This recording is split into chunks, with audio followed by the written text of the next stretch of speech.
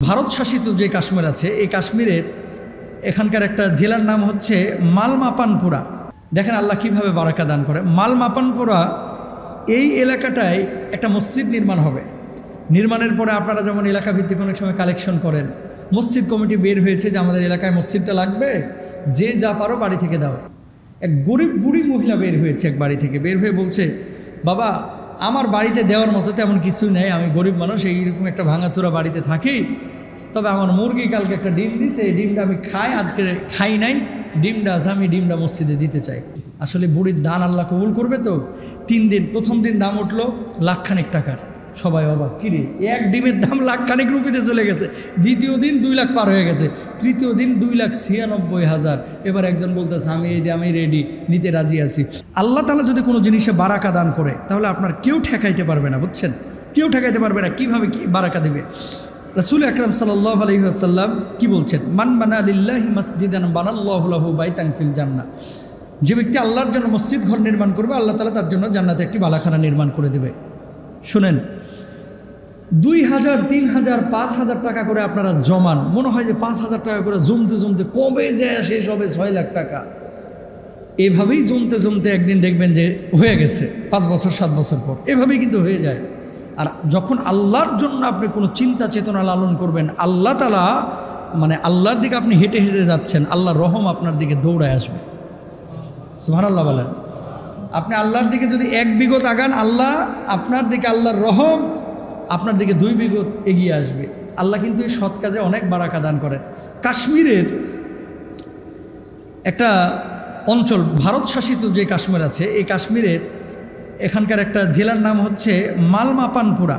দেখেন আল্লাহ কিভাবে বারাকা দান করে। মালমাপানপুরা এই এলাকাটায় একটা মসজিদ নির্মাণ হবে।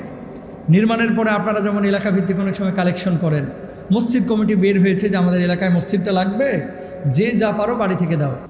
এক গরিব বুড়ি মহিলা বের হয়েছে, এক বাড়ি থেকে বের হয়ে বলছে, বাবা আমার বাড়িতে দেওয়ার মতো তেমন কিছু নেই, আমি গরিব মানুষ, এইরকম একটা ভাঙাচোরা বাড়িতে থাকি, তবে আমার মুরগি কালকে একটা ডিম দিছে, এই ডিমটা আমি খাই, আজকে খাই নাই, ডিমটা আছে, আমি ডিমটা মসজিদে দিতে চাই। বুঝলেন? ডিমটা মসজিদ কমিটি নিলেন, নেওয়ার পরে সবার দান নিয়ে এসে মসজিদে এসেছেন। আসার পরে এবার ডিমটা নিলামে তুলেছে, কিন্তু নিলামটা আগে যে গ্রামগঞ্জে হইতো কী করতো, লাউ 20 টাকা, 20 টাকা, 20 টাকা, 20 টাকা 1 2 লেন কালাম ভাই নিয়ে নেন, বাস। এবার নিলামে তুলছে মুরগির ডিম, কিন্তু একদিনে এটা নিলাম কমপ্লিট করে নাই। কয় এটা আমরা 3 দিন নিলাম করবো। কয়দিন? আসলে বুড়ির দান আল্লাহ কবুল করবে তো। 3 দিন, প্রথম দিন দাম উঠলো লাখখানেক টাকার। সবাই অবাক, কিরে এক ডিমের দাম লাখখানেক রুপিতে চলে গেছে। দ্বিতীয় দিন 2 লাখ পার হয়ে গেছে। তৃতীয় দিন 2,96,000।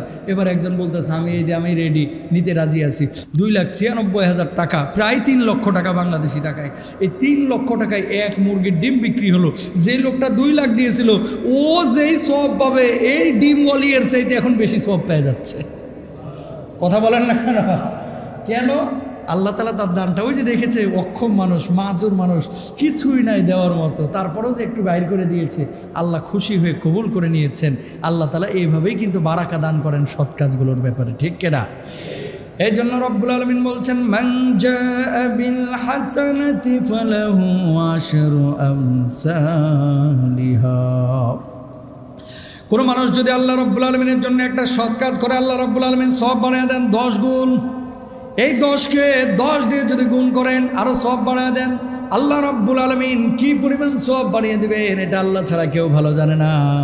আমরা সংখ্যা বলতে পারবো না, কারণ আল্লাহ রাব্বুল আলামিনের খাজানার অভাব নাই, সম্পদের অভাব নাই।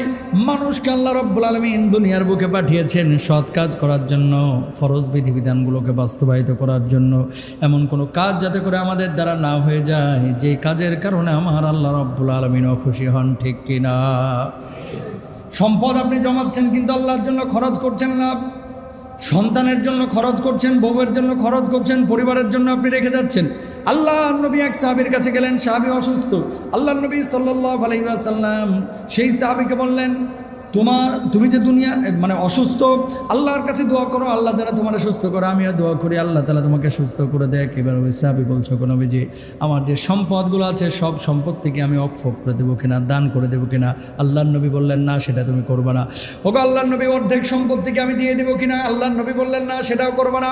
আল্লাহর নবী সেখানে বসা, ওই সাহাবী বললেন ওগো নবীজি, সম্পদের 1/3 অংশ যদি আমি আল্লাহর রাস্তায় দিতে চাই আমি দিতে পারবো কিনা? আল্লাহর নবী বললেন সেটা দিতে পারবা, তুমি দিতে পারো, তবে সন্তান সন্ততিকে এমন অবস্থায় দুনিয়ায় রেখে যাও না যে তোমার ইন্তেকালের পরে সন্তান সন্ততি আরেকজনের কাছে হাত পাতে। নাউজুবিল্লাহ বলেন। বুঝছেন? যা আছে সম্পূর্ণ দান করে দিতে হবে, এটা ইসলাম বলে নাই। মানে যা আছে মুচ্ছা সব দিয়ে গেছে, অর্ধেক দিয়ে দিবেন, বউকে মানে নিঃস্ব করে দিয়ে সন্তানকে, ইসলাম বলে নাই। আসসালামু আলাইকুম।